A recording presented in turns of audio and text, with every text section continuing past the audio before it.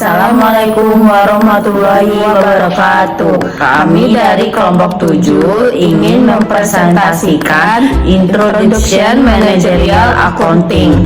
Perkenalkan, nama saya Erna Herawati dengan MPM 2022-1546. Perkenalkan, saya Alvinur Rahma dengan NPM 2022-1542. Akunting manajerial. Akuntansi manajerial adalah penyediaan informasi akuntansi untuk penggunaan internal perusahaan, tidak terikat oleh prinsip akuntansi yang diterima secara umum GAP, Generally Accepted Accounting Principle, atau prinsip akuntansi yang berlaku secara umum. Akuntansi manajerial memiliki 3 tujuan. Yang pertama ada planning. Formulasi terperinci dari tindakan untuk mencapai tujuan tertentu adalah kegiatan manajemen yang disebut perencanaan. Perencanaan memerlukan penetapan tujuan dan mengidentifikasi metode untuk mencapai tujuan. Yang kedua ada controlling. Aktivitas manajerial untuk memantau implementasi rencana dan mengambil tindakan korektif jika diperlukan atau kontrol. Kontrol dicapai dengan membanding kinerja aktual dengan kinerja yang diharapkan. Yang ketiga ada decision making. Proses memilih antara alternatif yang bersaing disebut pengambilan keputusan. Fungsi ini bercampur perencanaan dengan kontrol, karena manajer tidak akan berhasil merencanakan keputusan tentang alternatif bersaing. Manfaat dari manajemen akuntansi. Yang pertama, metode baru untuk memperkirakan biaya dan profitabilitas produk dan layanan. Yang kedua, memahami orientasi pelanggan. Yang ketiga, mengevaluasi bisnis dan perspektif lintas fungsi. Yang keempat, memberikan informasi yang berguna dalam meningkatkan manajemen kualitas secara keseluruhan. Financial accounting versus manajemen accounting. Financial accounting itu fokus secara eksternal, sedangkan manajemen accounting fokus secara internal. Financial accounting harus mengikuti peraturan yang ditetapkan oleh pihak eksternal, sedangkan manajemen accounting tidak ada aturan wajib. Financial accounting informasi keuangan yang objektif, sedangkan manajemen accounting informasi keuangan dan non-keuangan, informasi subjektif mungkin. Terus yang financial accounting orientasi sejarah, sedangkan manajemen accounting penekanan pada masa depan. Financial accounting informasi tentang perusahaan secara keseluruhan, sedangkan manajemen accounting evaluasi dan pengambilan keputusan internal berdasarkan informasi yang sangat rinci. Financial accounting lebih mandiri, sedangkan manajemen accounting luas dan multidisiplin. Current focus of manajemen accounting. Yang pertama, customer orientation. Nilai pelanggan adalah selisih antara apa yang diterima pelanggan atau kepuasan pelanggan dan apa yang diberikan pelanggan atau pengorbanan pelanggan. Apa yang diterima oleh pelanggan tersebut disebut produk total. Strategi positioning. Manajemen biaya strategis adalah penggunaan data biaya untuk mengembangkan dan mengidentifikasi strategi unggul yang akan menghasilkan keunggulan kompetitif yang berkelanjutan. Informasi biaya yang efektif dapat membantu meningkatkan nilai pelanggan. 1. Cost leadership, memberikan nilai yang sama atau lebih baik kepada pelanggan dengan biaya yang lebih rendah daripada pesaing.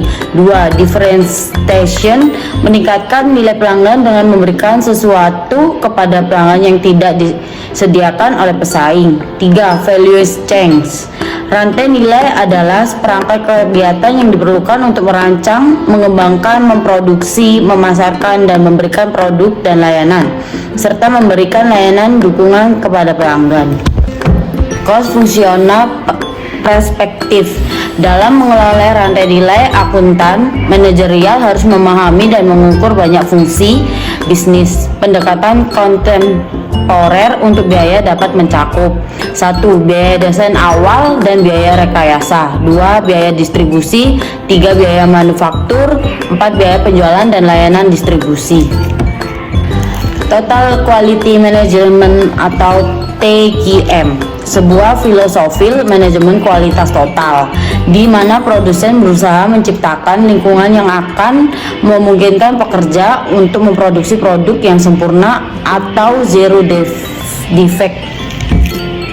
Time as a competitive element, Waktu adalah elemen penting dalam semua tahap rantai nilai. Perusahaan kelas dunia mengurangi waktu untuk memasarkan dengan menyemprotkan desain, implementasi, dan siklus produksi.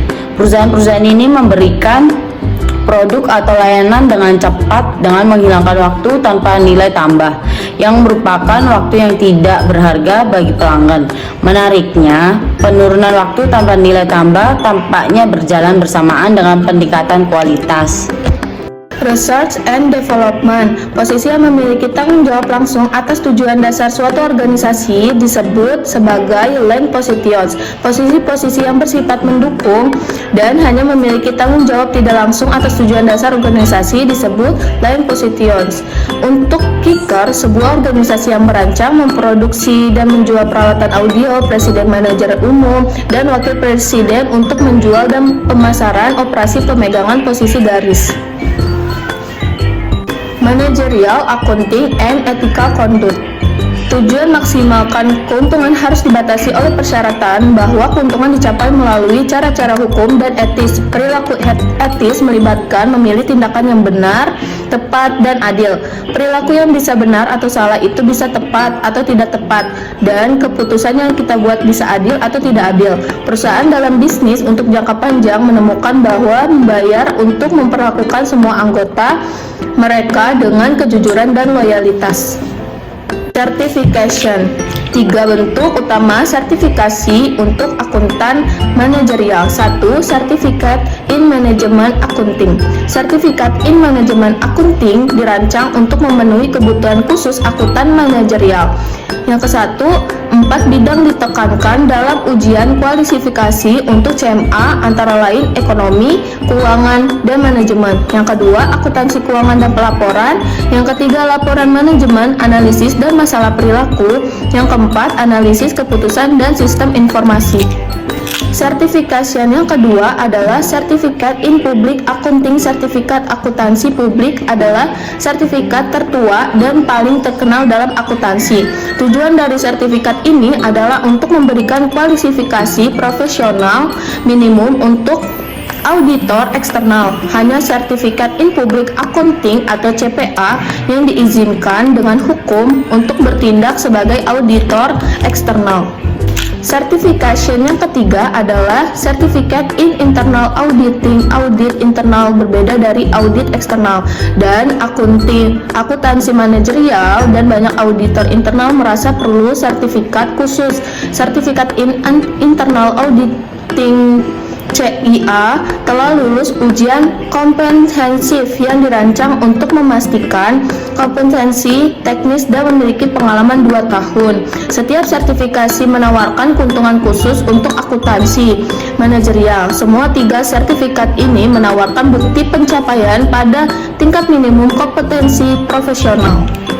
Topik konsep biaya dan perilaku biaya. Konsep biaya adalah nilai tukar, pengeluaran, pengorbanan untuk memperoleh manfaat.